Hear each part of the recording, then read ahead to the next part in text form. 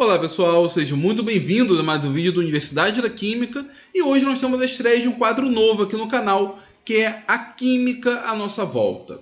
O objetivo desse quadro é mostrar para vocês como a química está presente no nosso dia a dia.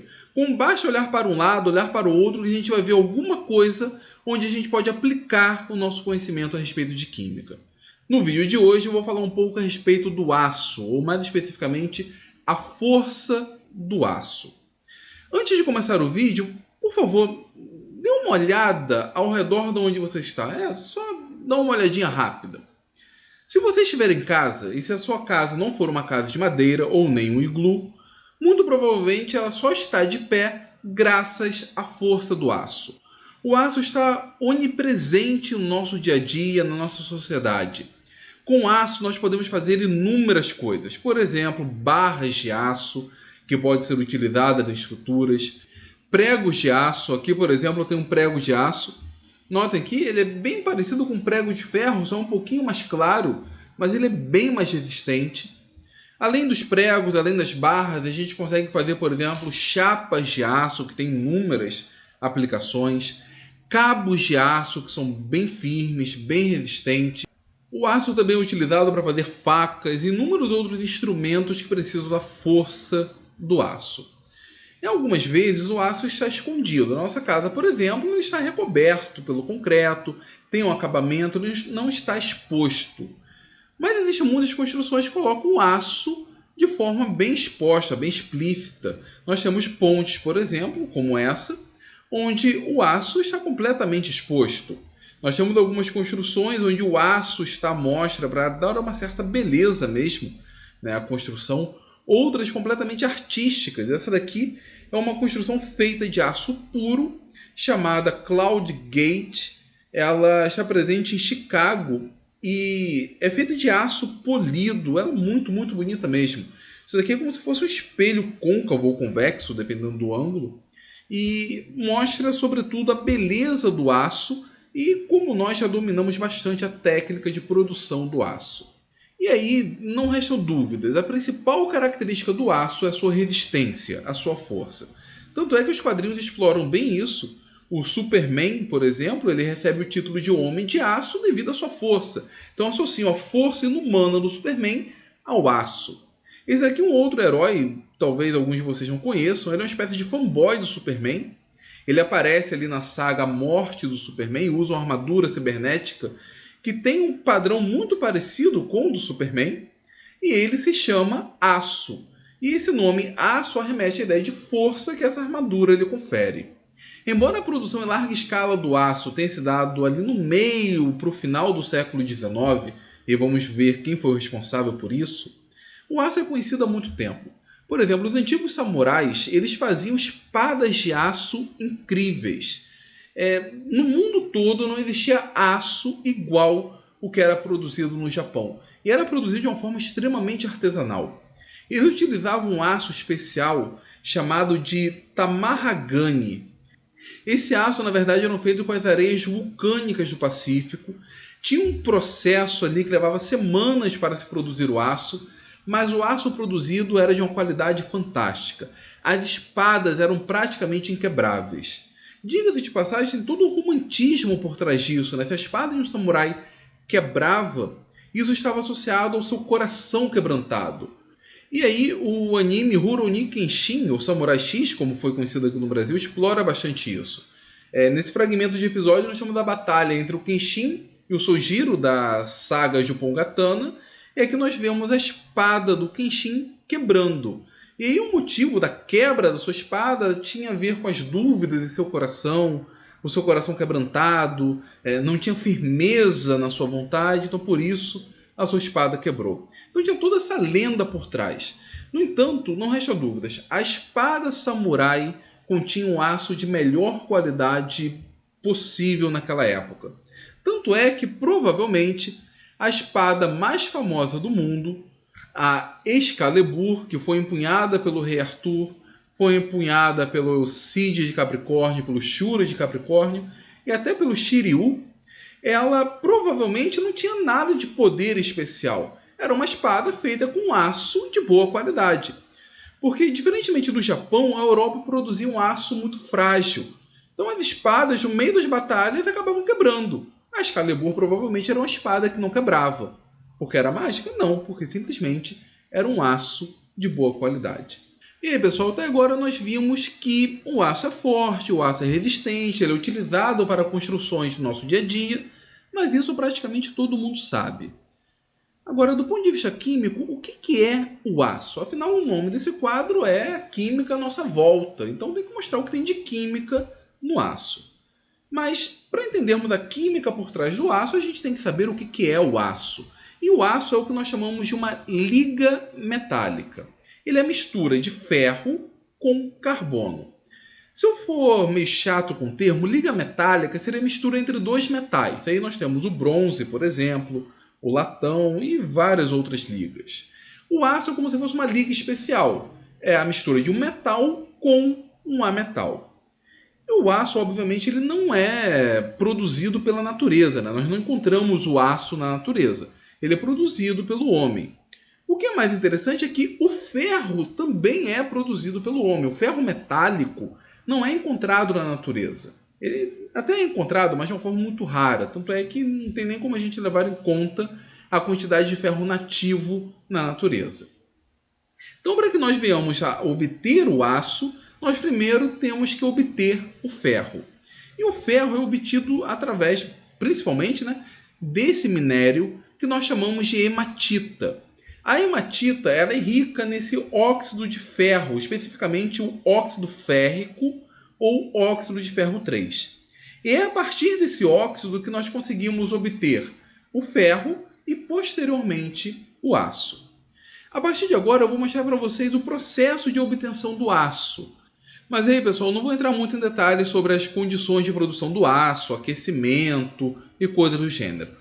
Caso vocês desejem mais detalhes sobre isso, eu recomendo a leitura desse livro do meu amigo Marcelo Galto, Química Industrial, onde ele mostra como que é a indústria siderúrgica, a indústria de produção do aço, bem como inúmeras outras indústrias. É um livro bem bacana, vale a pena adquiri-lo.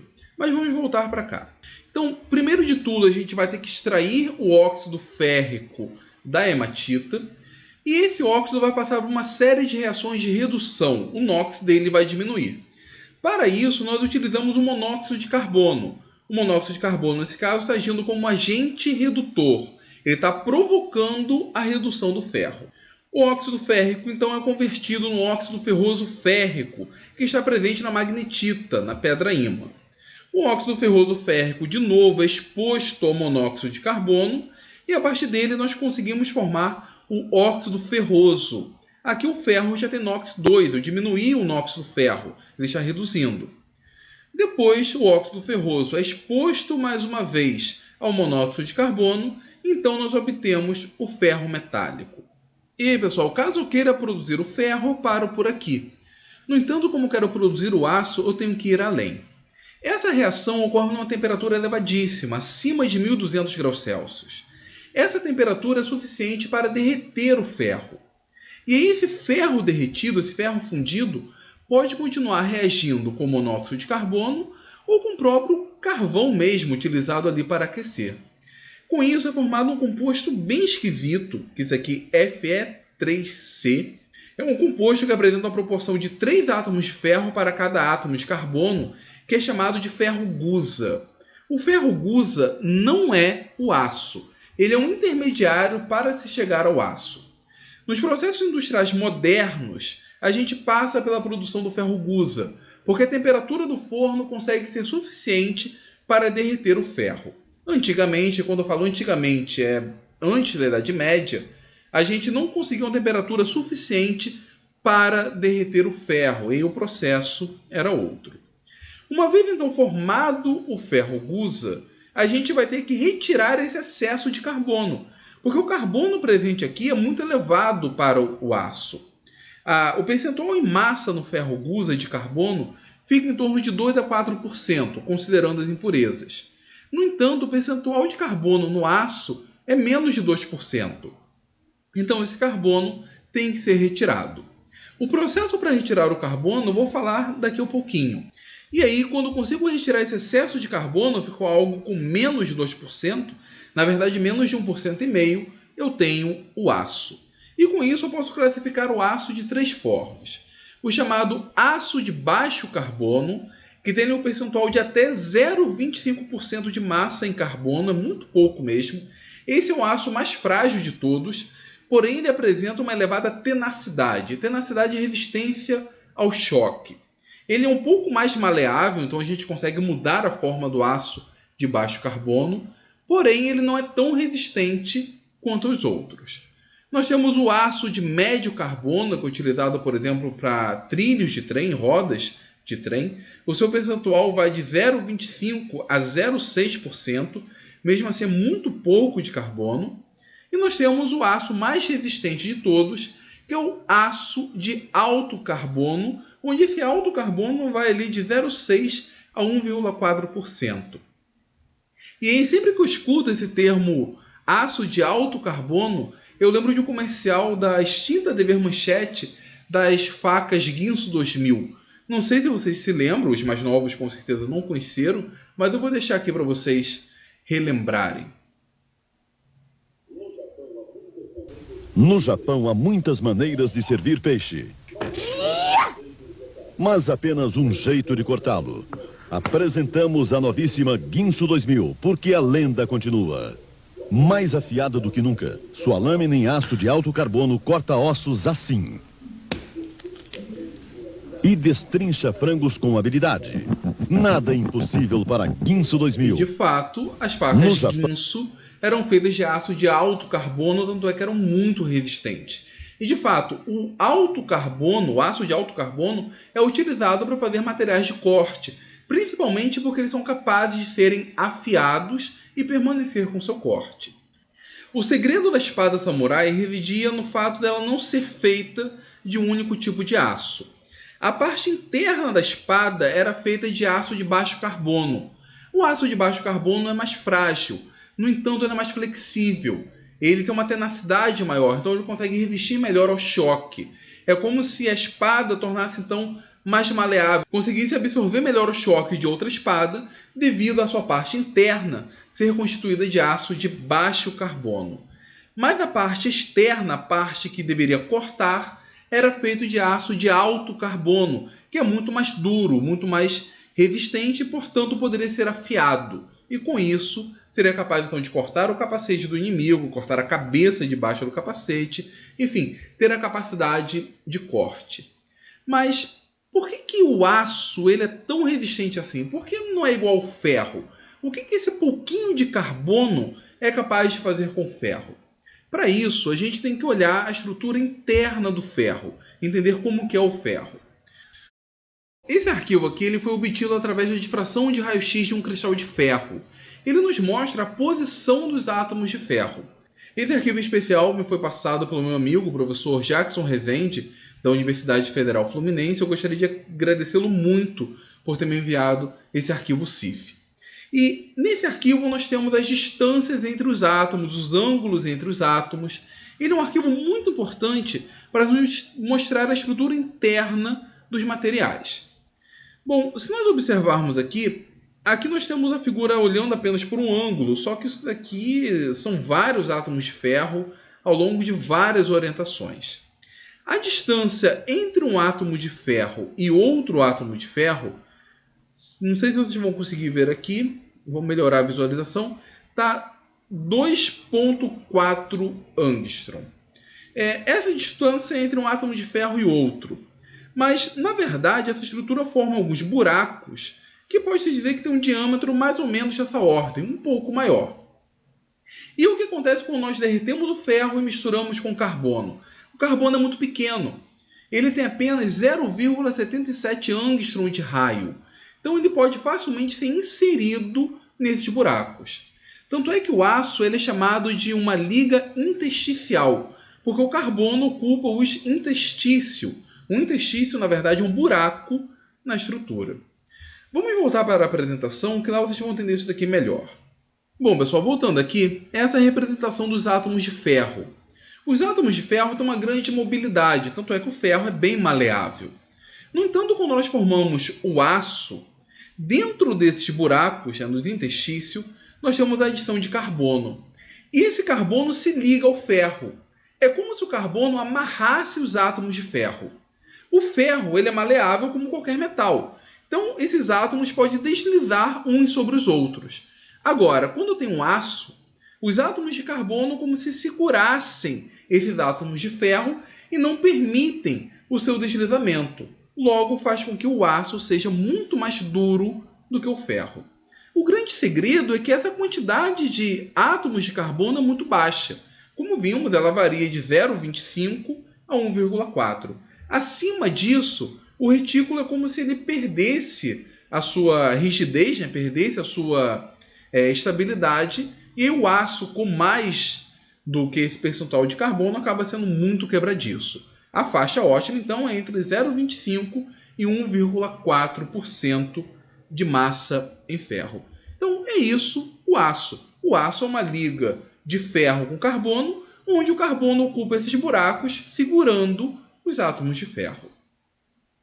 O aço japonês era um segredo absoluto e muito difícil de ser feito. Hoje nós só temos o aço relativamente barato, nós podemos comprar o aço, graças ao trabalho desenvolvido por esse senhor, o Henry Bessemer, onde ele desenvolveu o chamado processo Bessemer, que foi utilizado ali no século XIX para a produção do aço.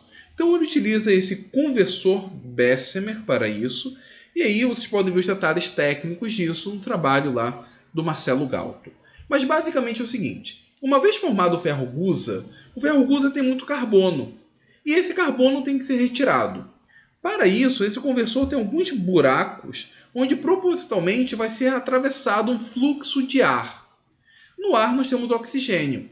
O oxigênio vai se misturar a esse carbono em excesso e vai formar gás carbônico e vai sair da mistura. Então ali eu tinha uma espécie de uma sopa de ferro e carbono, vem o oxigênio do ar, retira o carbono e aí o percentual de carbono diminui. Conseguimos obter então o aço. O problema é que por esse processo apenas dessa forma, não é muito adequado. A gente pode formar aço de alto carbono, baixo carbono, fica ali uma mistura não muito boa. O Bessemer, inclusive, teve alguns problemas com isso. Foi quando então um amigo dele, o Robert Mushet, sugeriu fazer o seguinte, retirar através do ar todo o carbono, formar então apenas ferro, e depois adicionar o carbono na proporção adequada. E aí o Bessemer então patenteou essa ideia e ficou muito, muito, muito rico.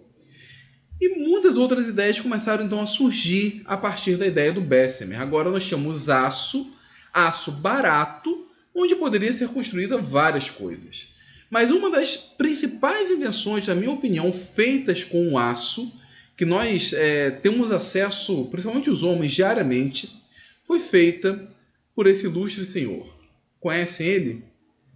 Bom, acredito que não, mas pelo seu nome, vocês vão saber quem é. Ele é o King Camp Gillette. Eu não sei se a pronúncia correta é essa, mas aqui no Brasil nós chamamos Gillette. Ele foi o criador da marca Gillette. E é graças a esse senhor que nós temos hoje as lâminas Gillette presentes nos barbeadores e navalhas. O que é mais bacana disso é que é uma fina lâmina de aço bem afiada, capaz então de cortar o pelo do rosto sem ferir a pele. Com o passar do tempo, essa lâmina começa a ficar cega. E quando ela fica cega, o que a gente faz? Joga fora. É tão barato que a gente não tem que afiar essa lâmina. Simplesmente joga fora e compra outra. É óbvio que isso daqui evoluiu. Nós temos os chamados barbeadores Gillette ou de outras marcas. Aqui eu tenho um, por sinal. Isso daqui, pessoal, facilitou muito a vida dos homens, principalmente das mulheres também, em fazer a barba. Antes, se eu quisesse fazer a barba, eu tinha que ir até o barbeiro, ele utilizar uma navalha cara, que deveria ser amolada várias vezes, porque de fato era cara, não poderia ser substituída. E aí eu ia perder um longo tempo lá no barbeiro, eu ia perder uma quantidade de dinheiro para ele fazer a barba. E como a gente normalmente faz a barba com uma certa frequência, o gasto nesse respeito seria bem grande. Hoje não. Hoje nós temos barbeadores em nossa casa, onde quando a lâmina fica cega, jogamos fora e substituímos por outra. E para vocês terem uma ideia da praticidade desse instrumento, que a gente às vezes nem percebe, eu vou fazer uso dele e já volto. E aí, pessoal, eu já voltei. Eu odeio ficar com barba grande, principalmente porque já está ficando branca, mas para fazer a barba eu não precisei ir até o barbeiro. Eu fiz aqui mesmo em casa, gastei pouco mais de 5 minutos, e tudo isso graças ao trabalho deste homem, do King Camp Gillette, que foi capaz de pegar uma lâmina de aço bem fina, que a princípio seria jogada fora, e deu uma grande utilidade para ela. Isso foi feito no começo do século XX, e o Gillette ele ficou muito rico também com essa sua engenhosidade. Outra pessoa que contribuiu bastante para a evolução do aço foi este senhor, o Harry Brearley, não sei exatamente como pronunciar o nome dele, e ele conseguiu uma coisa fantástica. Ele estava querendo, durante o período da Primeira Guerra Mundial, produzir um aço mais forte. Esse aço mais forte, então, ele estava começando a misturar alguns metais nele. Então, um dia ele colocava níquel, outro dia ele colocava cromo, outro dia colocava cobre. Porém, em nenhum dos casos ele conseguiu um aço mais resistente. Ele jogava isso aí lá numa sucata. Bom, depois de algum tempo, o que aconteceu? O aço, como ele é praticamente feito de ferro, ele também enferruja. O ferro começa então a oxidar e o aço então perde a sua resistência. Ele vai perdendo ali átomos de ferro para a forma de óxido férrico. Só que ele percebeu que alguns daqueles materiais que eram lixo, aquele aço misturado, ele continuava brilhante. Os outros ao redor ficavam enferrujados, mas um em especial continuou mantendo o seu brilho.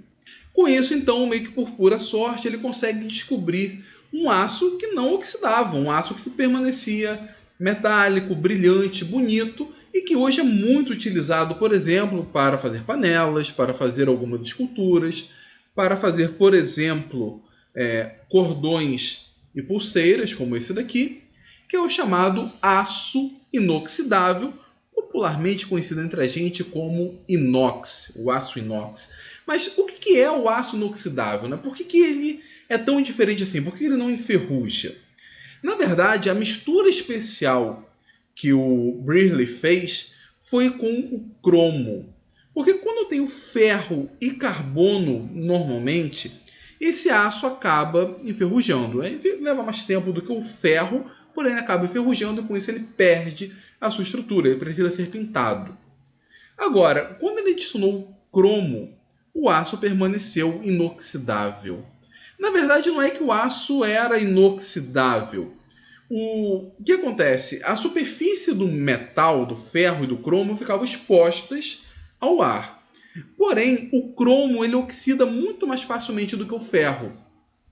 A diferença é a seguinte: o ferro, o óxido férrico, ele é avermelhado, ele é feio, ele desgruda da superfície. O óxido crômico não. O óxido crômico ele é transparente, ele se adere muito bem à superfície do aço. Ele forma então uma espécie de um escudo, de uma armadura transparente de óxido crômico. Então não é que seja inoxidável, na verdade o cromo ali presente já oxidou. Só que essa oxidação protege o aço. E vamos supor que a gente corte o aço, na verdade retire a superfície de óxido crômico e deixe o aço exposto mais uma vez. Então os átomos de cromo mais uma vez irão oxidar e vão reparar a proteção. O que é interessante é que o aço inoxidável ele não tem resistência. E foi por isso, na verdade, que o Brearley jogou fora, porque esses aços misturados não mantêm sua resistência. Mas o aço inoxidável é bonito. Como disse, é utilizado para fazer cordões, pulseiras, panelas. Nós temos vários prendedores feitos com aço inoxidável. Enfim, o aço inoxidável, embora não seja resistente como o aço de alto carbono das facas de Ginsu 2000, ele é bonito e está muito presente também no nosso dia a dia. Eu acho que eu já falei bastante, mas deu para perceber como o aço, que às vezes a gente passa, nem repara nele, tem uma grande quantidade de conhecimento químico por trás? Bom, esse quadro é novo aqui no canal. E para ele continuar, eu preciso saber se vocês gostaram dele. Então, por favor, deixem seus comentários o que vocês acharam desse quadro. ele não tem como público-alvo apenas o público acadêmico. Na verdade, ele é voltado para os alunos de ensino médio ou para qualquer pessoa que queira ver como a química está presente no dia a dia.